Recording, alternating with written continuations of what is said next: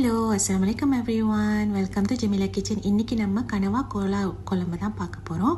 So அதுக்கு வந்து ஒரு மிக்ஸி ஜாரில் கனவாவை ஆட் பண்ணிவிட்டு துருவின தேங்காய், தேவையான அளவு மைதா, கறி மசாலா, உப்பு அதெல்லாம் சேர்த்து நல்லா பிளெண்ட் பண்ணிவிட்டு தனியாக எடுத்து வச்சுக்கிறோங்க. ஸோ இன்னொரு பேனில் தண்ணி சேர்த்து மஞ்சத்தூள் போட்டு உங்களோட கனவா கூந்தல் எல்லாத்தையுமே இதில் வந்து பாயில் பண்ணி இதையுமே தனியாக எடுத்து வச்சுக்கிறோங்க.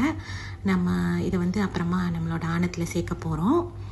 ஸோ ஒரு கனமான சட்டி எடுத்து தேவையான அளவு குக்கிங் ஆயில் போட்டுட்டு நல்லா ஹீட் ஆனதுக்கு பிறகு ஸ்லைஸ் பண்ண ஆனியன், கருவேப்பிலை, கல்லுப்பு இதெல்லாம் சேர்த்துட்டு நல்லா வதக்கிக்கிறேங்க.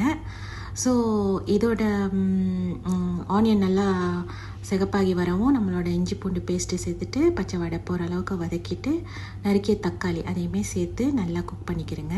ஸோ நம்மளோட கறி மசாலாவை கொஞ்சம் தண்ணி சேர்த்து நல்லா மிக்ஸ் பண்ணி தனியாக வச்சுக்கிறேங்க. ஸோ இதில் வந்துட்டு இப்போ மிளகாத்தூள், மஞ்சத்தூள் இதெல்லாம் சேர்த்துட்டு நல்லா குக் பண்ணிக்கிற போகிறோம். ஸோ இதில் வந்துட்டு நம்ம முருங்கைக்காயும் உருளைக்கிழங்கும் சேர்க்க போகிறோம்.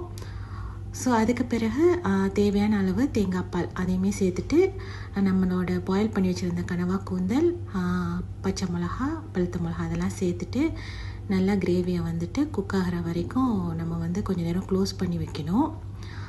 ஸோ அதுக்கு பிறகு கிரேவி நல்லா பாயில் பண்ணி வரவும் நம்மளோட அடுப்பை சிம்மில் வச்சுட்டு கனவா பேஸ்ட்டை வந்துட்டு நம்ம பால் பிடிச்சி இதில் வந்துட்டு போட போகிறோம். ஸோ இது வந்து இந்த மாதிரி பால் பிடிச்சி நீங்கள் போட்டுக்கிறோங்க. ஸோ அதுக்கு பிறகு நல்லா இந்த பால் கொஞ்சம் வெந்து வர பதம் வரைக்கும் நம்ம வந்துட்டு கிரேவியை குக் பண்ணிக்கிறணும். ஸோ அதுக்கு பிறகு நம்மளோட சூப்பரான கனவா கோலா குழம்பு ரெடி ஆயிரும்.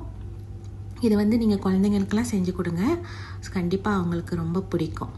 ஸோ கண்டிப்பாக நீங்கள் ட்ரை பண்ணி பாருங்கள்.